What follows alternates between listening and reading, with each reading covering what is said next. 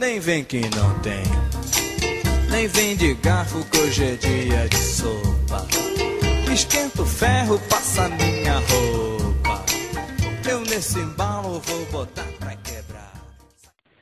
Você certamente se lembra que um contato auxiliar de contator invertia de posição quando houvesse a energização da bobina, e então a lâmpada se acenderia. Quanto à chave comutadora, aprendeu que é necessário mudar a alavanca da chave de posição para que os contatos auxiliares invertam-se. Também aprendeu sobre o botão, que é muito parecido com a comutadora, porém, os contatos auxiliares invertem-se quando pressiona-se o acionador dele. E mais recentemente, aprendemos sobre a chave fim de curso, que sem nenhuma intervenção humana, tem seus contatos mudados de posição assim que algum objeto toca a alavanca da chave. E agora nós vamos conhecer os sensores. Existem algumas similaridades entre os sensores e os equipamentos que aprendemos anteriormente. Quais seriam essas similaridades? Um ponto é saber que os sensores também têm seus contatos auxiliares que irão mudar de posição. Mas é importante sabermos que no caso dos sensores, não é necessário nenhuma intervenção humana e nem mesmo que algum objeto encoste neles. Lembra desta foto mostrada no vídeo anterior? Ela foi usada para mostrar que assim que um objeto mudasse a alavanca da chave fim de curso de posição, os contatos da chave se abririam. Vejam que os sensores poderiam ser usados nesta mesma esteira para fazer exatamente o que a chave fim de curso faria.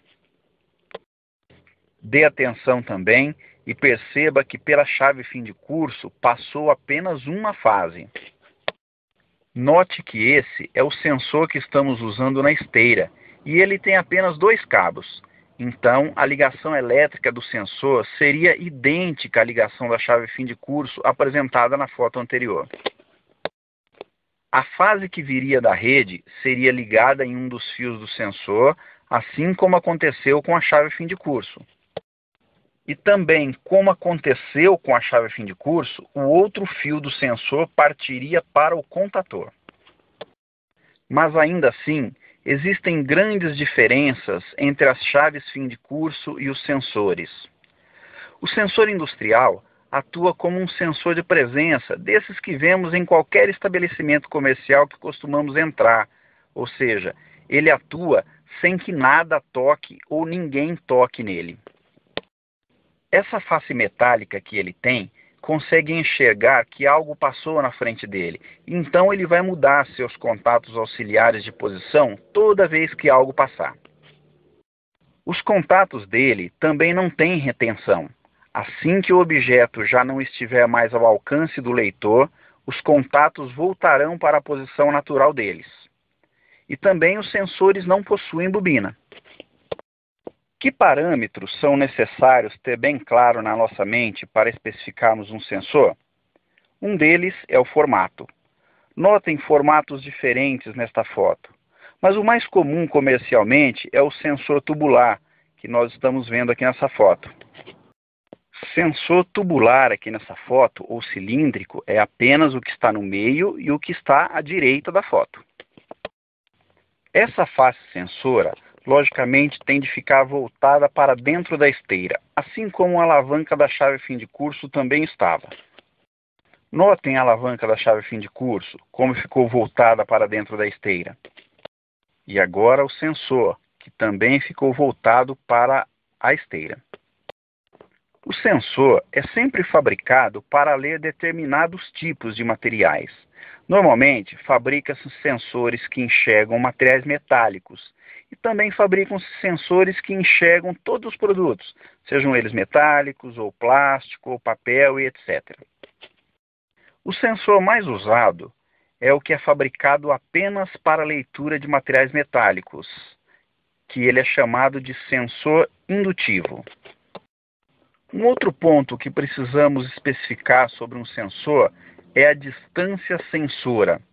E esse certamente é um dos pontos importantes a serem especificados na hora de comprar um sensor. Notem que assim que a caixa, que está em vermelho, passar na frente do sensor, ele vai captar a passagem da caixa. E uma nota, esse sensor tem que ser colocado sempre numa posição que a caixa ou qualquer outro produto que esteja vindo pela esteira não esbarre no sensor. Então percebam que vai existir uma distância entre a face sensora e o objeto que ele captará. Essa distância precisa ser especificada na hora da compra de um sensor. Os sensores mais usados são aqueles que captam a uma distância de 2 milímetros, ou 3, 5, 10, até 15 milímetros.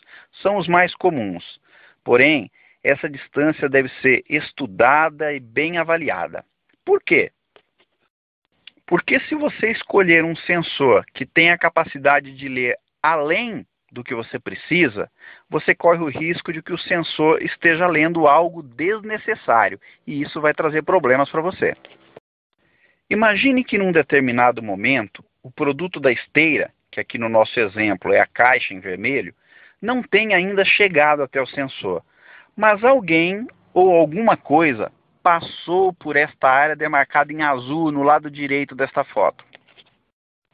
Se o sensor usado for um sensor com uma distância sensora capaz de ler até a distância demarcada em azul, ele vai ler aquilo que estiver passando fora da esteira e vai trazer problemas para o técnico responsável pela elétrica, pois estará trocando seus contatos auxiliares de estado numa hora não necessária. Outros parâmetros ainda precisam ser especificados. Serão necessários especificar a tensão, ou seja, se o sensor vai ser de 110 ou 220 volts, ou ainda qualquer outra tensão necessária. E também precisamos especificar se o sensor vai trabalhar em corrente alternada ou corrente contínua, além de ser necessário mostrar a quantidade de contatos que o usuário vai precisar.